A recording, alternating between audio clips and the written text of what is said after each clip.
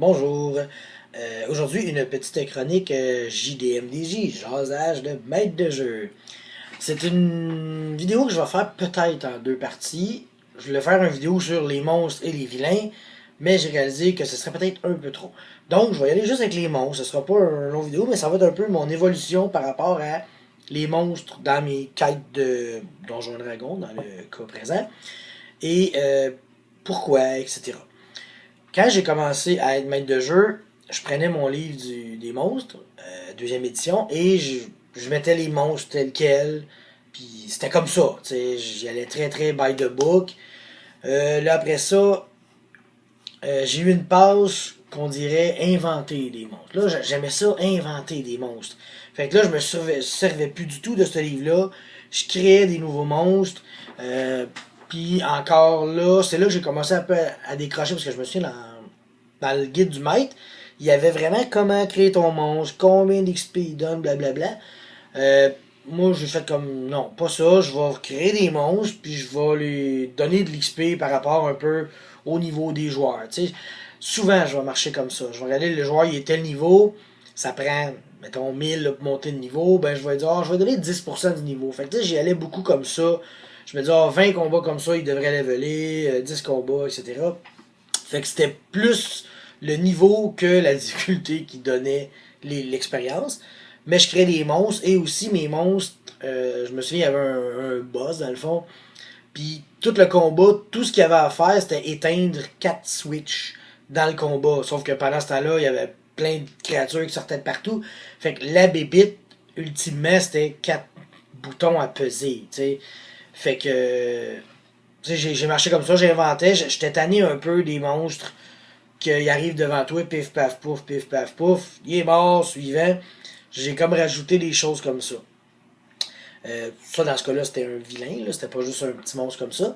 Mais c'est ça, je créais mes monstres de cette manière pour aussi surprendre les joueurs, parce que les joueurs, ben là, tu lui dis, ah, vous rencontrez ça. Ah, c'est un kobold, ça a un D8, moins 2 points de vie, puis blablabla. C'est sûr, quand les joueurs sont expérimentés, quand t'as des nouveaux joueurs, t'as pas ce problème-là. Fait que, longtemps, j'ai joué comme ça, j'ai créé mes monstres. Là, une année, j'ai décidé de créer mes monstres à partir de monstres existants. C'était aussi simple que je prends le kobold, le template du kobold, puis moi, je décrivais un homme rat. T'sais, fait que je disais, c'est un homme rat. Vous voyez, il y a une queue, il y a des moustaches, il y a un long nez. T'sais, un peu comme des Skaven, mettons, de Warhammer. Mais je prenais le template du kobold. Je changeais deux, trois affaires. Mettons, il n'est pas affecté, lui, par la lumière du soleil, puis des choses comme ça. Mais, ultimement, ça restait un kobold selon les stats du livre. Fait que mes joueurs, devant eux, avaient une créature qu'ils n'avaient jamais rencontrée. Sans le savoir, ils faisaient juste battre des kobolds. Ça m'a simplifié la vie pour ben du stock. J'ai pu comme... Ça a comme un peu renouvelé pour mes joueurs quelque chose sans que moi j'aille de travail à faire. Donc mes joueurs étaient super contents de rencontrer les nouvelles bébites. Quand au fond, ils faisaient juste battre la même affaire dans un autre costume. T'sais. Fait que je vous ai tellement eu mes joueurs, vous êtes tous fourrés. Mais c'est ça. Fait que j'ai eu bien du fun à faire ça. Puis c'est encore une technique que j'utilise aujourd'hui. Ça, je trouve que c'est le fun de faire ça. Ça te permet d'imaginer des créatures, roleplay, physiquement, le look qu'ils ont, sans avoir à tout retravailler. Fait que tu peux avancer vite, puis à grands pas dans une nouvelle direction, sans que les joueurs se disent ah non, pas encore des kobolds. Fait que c'est ça. Et si on s'en va, parce que les créatures souvent sont là pour se battre, donc dans les combats, avant, ben mes créatures c'était des connes. Vraiment, je me souviens, là, c'était. Mettons qu'il y avait un orc devant trois joueurs, ben là, je brosse un D6, un 2 3 4 5 6 ah, 6 il t'attaque toi, il part. T'sais. Il était vraiment cave. Là, une année, j'ai comme fait, bon, j'étais un peu épais, ben là, mes bébites, je les ai changées. Là, j'ai dit, ils sont quand même intelligentes, jusqu'à un certain point. Fait que, mettons, le même orc, ben là, il allait attaquer le dernier qui l'a attaqué, ou celui qui a fait le plus de dégâts, ou, tu sais, c'était un peu encore des caves, mais il avait un peu évolué, tu sais. Là, après ça, j'ai eu une étape que, là, les joueurs, les créatures, il y avait peut-être un but. Exemple, ils ont peur de la magie. Fait que si quelqu'un fait un sort, c'est sûr qu'ils vont s'en aller sur lui. des choses comme ça. Ça, c'est encore quelque chose que j'utilise un petit peu. Tu sais, il y a toujours, mettons, un orc dans un groupe qui va dire, moi j'aime ça, je veux montrer que je suis le plus fort, je vais attaquer celui qui a la grosse épée, tu sais. Un peu comme ça. Ça, j'utilise encore ça. Mes créatures, ils ont un but dans la vie. Puis ça, des fois, je vais le décider juste avant le combat. Mes joueurs rentrent dans la pièce. Puis là, j'ai comme 4 monstres. Là, je regarde ça. Je dis, ah, bon, ben, lui c'est un. Il se prend pour le tough de la gang. Lui, il veut tuer de la magie. Celui-là, ben, il va s'attaquer aux plus blessés parce qu'il a peur des gens en forme. Tu sais, des choses comme ça. Fait que je lui donne une petite personnalité de combat. Ça prend 5 secondes par bébite, là. Tu fais juste regarder ça, puis tu regardes tes joueurs, puis tu sais, à la limite, tu peux tricher, tu sais, tu peux dire, ce joueur-là, il mange jamais de claques. Mais ils sont deux, là, puis là, leur but aujourd'hui, c'est de tuer un monsieur avec un grand chapeau. C'est juste ça. Fait que là, le gars, il a son chapeau de magicien, de mongol, puis les bébites, eux autres, font comme, hey, c'est lui qu'on pogne. Puis ils vont l'attaquer, tu sais. Mais encore là, ce que je faisais, c'est que mes bébites, il y avait ça, puis il y allait. Mais, tu sais, là, Mané, je sais pas, moi, il droppait le magicien pour X raison. Là, il servirait de bord, puis il sautait sur le prêtre. Ben, mes joueurs, mes créatures sont pas télépathes, sont pas supposés d'être à ce point-là connectés, puis savoir où ils s'en vont partout. Fait que, ce que j'ai rajouté un peu, c'est mes bébites, ils parlent durant leur bataille. Ça a un effet comme plus logique, de base, c'est plus concret que, genre, ok, on lâche lui, on pogne lui, blablabla. Et si tes bébites, exemple, c'est des kobolds, ils parlent le draconique. Si ton joueur, c'est un joueur qui a pris le draconique comme langue, ben il va être vraiment content d'entendre ça. Tu sais, il va se dire, good, j'ai fait un bon choix, j'ai pris le draconique, je comprends que la bébite, ils s'en vont attaquer tel gars.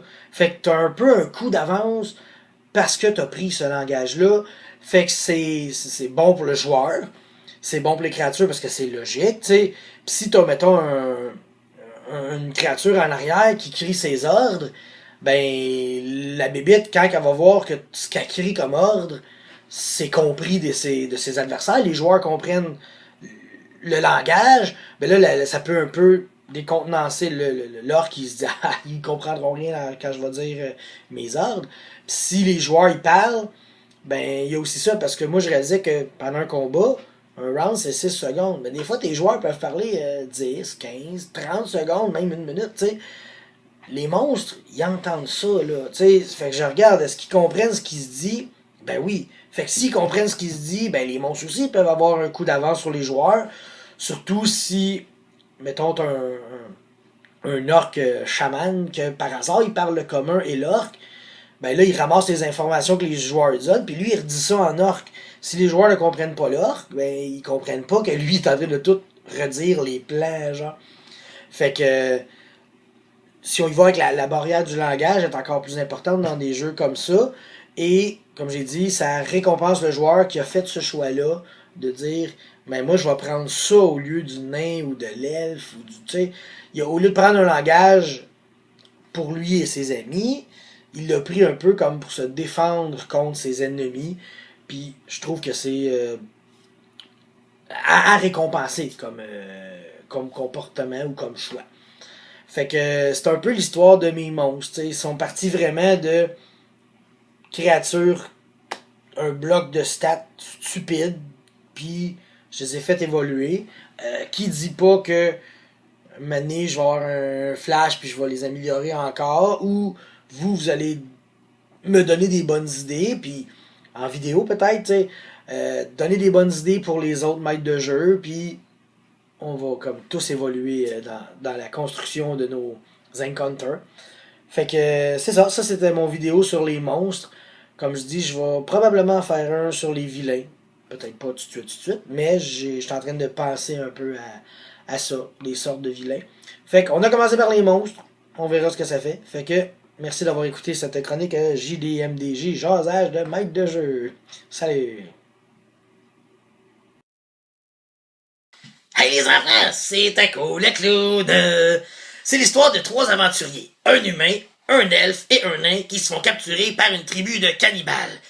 Le chef cannibale s'approche de l'humain et il dit « As-tu une dernière volonté avant qu'on te mange et qu'on fasse un canot avec ta peau? » L'humain dit « Donnez-moi mon couteau. » Le chef cannibale, lui, donne son couteau. L'humain, il dit « Vous n'aurez pas le plaisir de me tuer! » Il s'ouvre la gorge.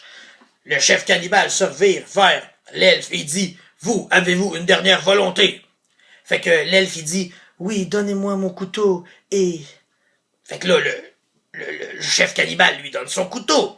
L'elfe pogne le couteau et « Vous n'aurez pas le plaisir de m'achever. » Et il s'ouvre la gorge lui aussi. Le chef cannibale, il se revient vers le nain, il dit « Toi, t'as-tu une dernière volonté? » Le nain, il dit « Ouais, donnez-moi mon couteau. » Donc, le chef lui remet un couteau. Le nain, il dit « De la merde avec vos cadeaux. »